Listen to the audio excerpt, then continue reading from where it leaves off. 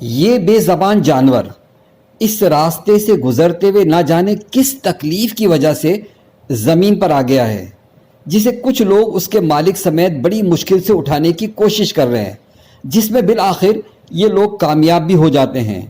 یہاں بہت سارے لوگ صرف یہی جانتے ہیں کہ عموماً جانوروں پر زیادہ وزن لادنے سے اس طرح کی صورتحال پیدا ہوتی ہے، جو کسی حد تک درست بھی ہے، لیکن اس چیز سے کئی زیادہ ایسی صورتحال پیدا ہونے کا سبب یہ ہوتا ہے کہ ان سے وابستہ لوگ ان جانوروں کے آرام اور چارہ پانی کا خاطر خواہ خیال نہیں رکھتے ہیں۔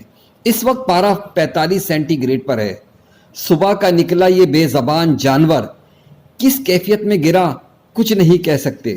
ماضی میں حیدرآباد میں جانوروں کو پانی پلانے کے لیے بہت سارے پیاؤ واٹر ٹرف یعنی پانی کے ہوز ہوتے تھے۔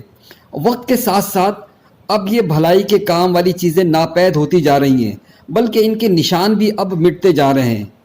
صرف کہنا یہ ہے کہ جہاں ہم انسانوں کا خیال کر رہے ہیں، ان بے زبان جانوروں کا بھی اس شدید گرمی میں ضرور خیال کریں۔ وائس آف حیدرآباد سے محمد عمران۔